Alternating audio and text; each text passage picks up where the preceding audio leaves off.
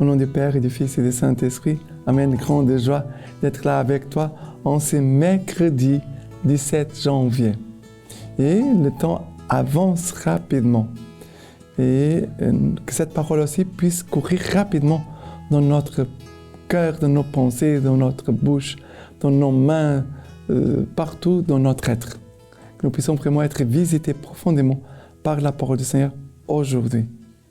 Et la première lecture d'aujourd'hui, c'est 1 Samuel, chapitre 17, à partir du verset 32. David dit à Saül, « Que personne ne perde courage à cause de lui. Ton serviteur ira se battre contre ces Philistins. » Mais Saül dit à David, « Tu ne peux pas marcher contre ces Philistins pour te battre avec lui, car tu n'es qu'un enfant. Et lui, il est un homme de guerre depuis sa jeunesse. » David dit encore, « Le Seigneur qui m'a arraché aux griffes du lion et de l'ours m'arrachera de la main de ces Philistins. » Alors Saül dit à David, « Va, et que le Seigneur soit avec toi. » Après le verset 40. David prit son bâton en main. Il s'est choisi dans le torrent 5 pierres bien lisses et les mit dans son sac de berger. Sa giberne, puis la fondre à la main et s'avança vers les Philistins. Ces Philistins, c'est Goliath. Les Philistins, précédés du porte-bouclier, s'approchant toujours plus de David. Les Philistins tourna les yeux vers David, et lorsqu'il les vit, il les méprisa, car il était jeune. Il était roux, avec une belle apparence. Les Philistins dit à David, « Suis-je un chien pour que tu viennes contre moi avec des bâtons ?» Et les Philistins maudit David par ses dieux. Les Philistins dit à David, « Viens vers moi, que je donne ta chair aux oiseaux du ciel et aux bêtes des champs. » Mais David répondit aux Philistins, « Tu viens vers moi avec une épée, une lance et un cimeterre. Mais moi, je viens vers toi au nom du Seigneur Sabaoth, le Dieu des lignes d'Israël, à qui tu as lancé un défi. Aujourd'hui, le Seigneur te remettra en ta main. Aujourd'hui, le Seigneur te remettra en ma main. Je t'abattrai et je couperai la tête.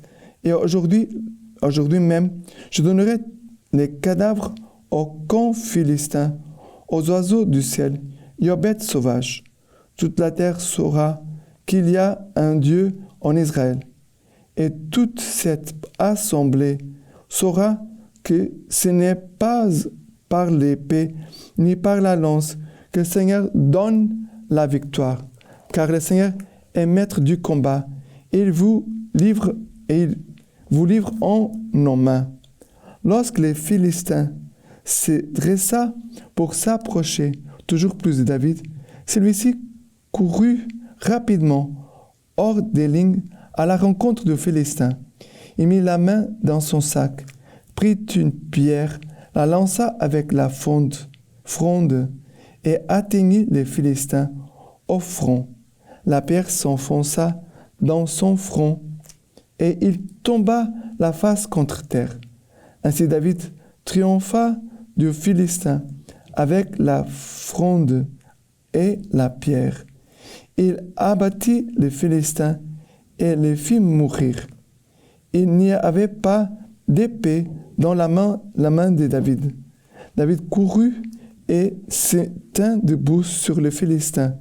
Il lui prit son épée en la tirant du fourreau. Il acheva les Philistins et avec elle, il lui trancha la tête. Les Philistins, voyant que leur héros était mort, s'enfuirent.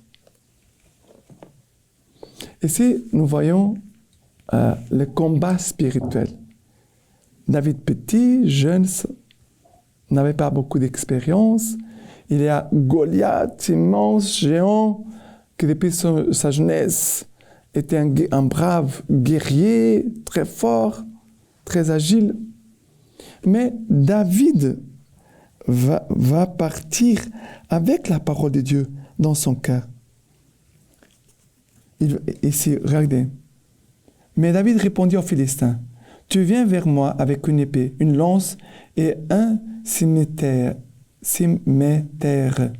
Mais moi, je viens vers toi au nom de Seigneur Sabaoth. » Comment on se lance dans le combat spirituel? On se lance, comme il dit, « Je viens vers toi au nom de Seigneur Sabaoth, le Seigneur des armées, le Dieu des lignes d'Israël, à qui tu as lancé un défi. Aujourd'hui, le Seigneur te remettra en ma main. Je t'abattrai et je couperai la tête.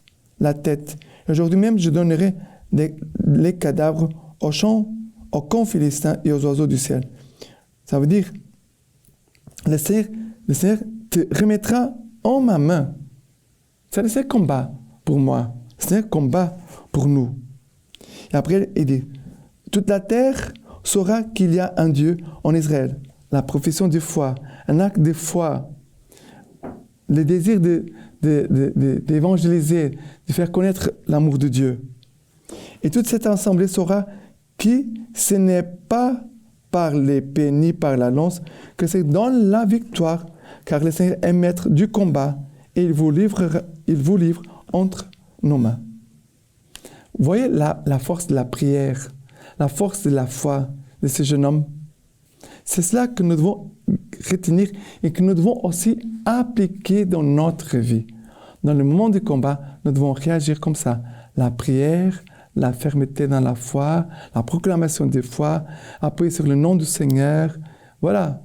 Et dans cette certitude que le Seigneur combat pour nous. Et ici, le Seigneur inspira David pour le combat. Il avait la fronde et les petites pierres. C'est cela qu'il utilisait pour combattre, parce qu'il était un berger. Quand il avait des loups, il faisait comme ça. Et c'est comme ça qu'il se protégeait des bêtes féroces, des loups. D'accord? Alors, il va utiliser déjà des armes qu'il avait l'habitude d'utiliser, mais maintenant, cette arme, on pourrait dire, elle devient plus puissante, non pas à cause des forces de petit David, mais de la grâce de Dieu, d'onction divine, que dans la force et la précision pour atteindre vraiment Goliath. Il va tomber en terre, il va mourir. D'accord? Voilà. Ici, le Seigneur nous apprend les lois pour le combat spirituel. D'accord? Maintenant, le psaume d'aujourd'hui, c'est le psaume 144, à partir du verset 1. « Béni soit le Seigneur mon rocher, qui instruit mes mains au combat, et mes doigts pour la bataille. Mon amour est ma forteresse, ma citadelle est mon libérateur. Mon bouclier, en lui, je m'abrite. Il range les peuples sous moi. » Verset 9. « Ô Dieu, je te chante un chant nouveau. Sur la lyre à des cordes, je joue pour toi, toi qui donnes au roi la victoire, qui sauve David, ton serviteur. » Moi, j'aime beaucoup les premiers versets. « Béni soit le Seigneur, mon rocher, mon rocher. » Il faut lire avec attention les mots, chaque parole. « Le Seigneur, mon rocher, construit mes mains au combat. » Le Seigneur instruit mes mains au combat comme il a instruit le petit David. Et mes doigts pour la bataille. Seigneur, le Seigneur nous enseigne à combattre. Et la vie des prières, c'est pour écouter le Seigneur nous enseigner à nous parler comment nous devons combattre. C'est très important. Mon amour est ma forteresse, ma citadelle est mon libérateur, mon bouclier, en lui je m'abrite. Voilà les grâces pour les combats spirituels. D'accord? Et le psaume l'évangile d'aujourd'hui, c'est Marc chapitre 3, à partir du verset 1. Il entra de nouveau dans une synagogue, et il y avait là un homme qui avait la main desséchée, et il l'épiait pour voir s'il allait le guérir le jour du sabbat, afin de l'accuser. Il dit à l'homme qui avait la main sèche, « Lève-toi, là, au milieu. » Et il leur dit, « Est-il permis le jour du sabbat de faire du bien plutôt que de faire du mal, de sauver une vie plutôt que de la tuer? » Mais eux se taisaient, promenant alors sur eux un regard de colère, navré de l'endurcissement de leur cœur. Il dit à l'homme, « Étends la main. » Il l'étendit, et sa main fut remise en état. Étant sortis, les pharisiens tenaient aussitôt conseil avec les Hérodiens contre lui en vue de le perdre. Alors, nous voyons aussi les personnes qui cherchent le bien et les personnes qui cherchent le mal des autres. Ici, nous voyons les pharisiens qui cherchent le mal des autres. Et Jésus veut le bien de nous tous. Et ici, nous voyons qu'ils sont là en train de nous dire qu'ils épiaient pour voir s'il allait guérir cet homme qui avait la main sèche le jour du sabbat. Ça veut dire qu'ils n'ont pas le souci du bien de l'autre. Ils pensent à leur bien. Voilà, leur souci, c'est mon bien. Mais ils ne pensent pas au bien des autres. Et c'est très facile après de critiquer, de montrer du doigt, d'accuser. C'est ça qu'ils font. Mais c'est triste. Parce que Jésus cherche notre bien. Jésus a le souci de notre bien. Comme Jésus a le souci de cet homme qui a la main sèche et qui ne pouvait rien faire à cause de cet handicap. Le Seigneur veut vraiment nous donner la force, la santé de notre cœur, dans notre âme, dans notre corps, pour pouvoir vraiment les servir et les glorifier. D'accord? Et cherchons vraiment les biens des uns des autres, comme Jésus a toujours cherché. D'accord? Et maintenant, la lecture patristique d'aujourd'hui de Saint Antoine Abbé. Vie de Saint Antoine par Saint Athanase. À la mort de ses parents, Antoine resta seul avec une jeune sœur.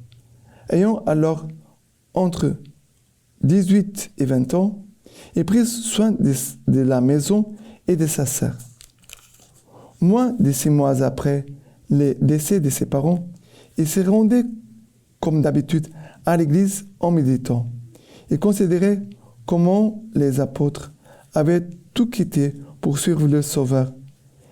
Quels étaient les hommes qui, dans les actes des apôtres, vendaient leurs biens et ont déposé le produit aux pieds des apôtres pour que ceux-ci les distribuent aux nécessiteux. Et aussi, quelle grande espérance leur était ainsi réservée dans le ciel. En pensant à tout cela, il entre dans l'église au moment de la lecture de l'évangile. Il entend le Seigneur qui disait à un riche, « Si tu veux être parfait, va vendre tout ce que tu possèdes et donne-le aux pauvres. Puis viens, suis-moi, et tu auras un trésor dans les cieux. » Antoine eut l'impression que Dieu lui adressait cet évangile et que cette lecture avait été faite pour lui. Il sortit aussitôt de l'église et donna aux gens du village ses propriétés familiales. 15 arpents d'une terre fertile et excellente, pour que lui-même et sa sœur n'aient plus d'embarras. Après avoir vendu tous ses biens mobiliers, il distribua aux pauvres la grosse somme d'argent qu'il en avait retirée en se mettant du côté d'une petite part pour sa sœur. Maintenant, je vous laisse la bénédiction par les mains toutes pures de la Vierge Marie. Que Dieu Tout-Puissant vous bénisse et vous garde, le Père, le Fils et le Saint-Esprit. Amen.